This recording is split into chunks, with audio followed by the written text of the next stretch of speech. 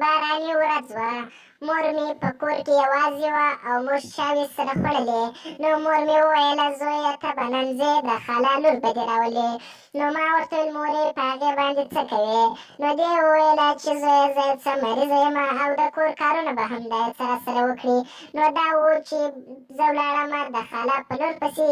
چې کله چې مې د خاله لور راویستله نو کور ته په ډوډۍ سره ناست وو. نو د خاله لور مې ماته ډېر کتله او ما چې به هره ګوله کوله نو د دې به په ما کښې پام و. خو دې دا فکر نه کوئ چې دی دې ماته ګوري.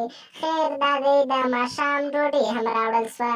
د ماښام ډوډۍ مو هم وخوړله. نو دا و چې ما هم وویله زه په خپل د مېلمه په خونه کې ویده کېږم. خو مور مې وویل چې نه تاسو دلې ویده سئ دواړه. خو ما ویل نه زه به هلته د مېلمه په خونه کې بیده سم. خو خیر دا دی زه ولاړم او د مېلمه په خونه کې بیده سوم. ماښام چې 12 بجې له نږدې وې ملګرو نو زما کوتکشه هم داسې ودرېدی لکه هغه بادرنګ چې تر وخت تېر سوی وي په جوړنګ کې. نو ملګرو ډېر په عذاب شوم او سوکه ورو ورو د خاله د لور په خوا راغلم. 12 بجې دي دا هم پرته ده.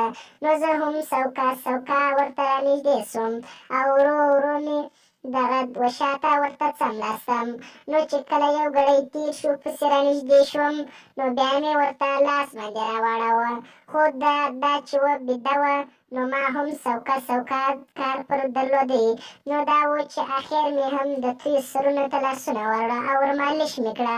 خو د دې څخه هم ناڅاپه یو رقم زګیروی وختې.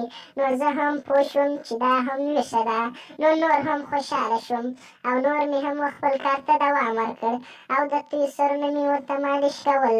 خو دا چې کله پوه شوم چې ویښه ده نو نور هم مې یو څه پرتوګ ځینې کاغ کړ او پرتوګ مې ځینې وکښی او ما هم سیده کوتکشه ورویستې. نو چې کله مې کوتکشه ورویستې نو دې ته یې هم ښه خوند ورکړی او نور یې هم زګیروی په زوره کړ. خو ما ورته په خولې باندې لاس ونیوی. خو دا و ملګرو خو کله چې مې ښه باوري شوم نوره مې هم ناړه ورکړه او ښه مې خپل ارمان په وکښی. خو دا چې ملګرو ما و دا دواړه انزال ته رسېدلو نو په دې وخت کې مې مورجانې ناره وکړه چې زویه پاڅه لمانځه ته لمر سر ته راغلی دی. نو زه هم د ټیم د خوبه راویښ شوم او ټوله کیسه یې راخرابه کړه. ملګرو د دغسې نورو ویډیوګانو لپاره زموږ چینل سبسکرایب کړئ ځکه موږ هر وخت غواړو چې ستاسو په خوله باندې خندا راولو. او ملګرو د نورو جنسي معلوماتو لپاره هم تاسو کمنټونه کولی شئ چې موږ راتلونکې ویډیو په څه درته جوړه کړو.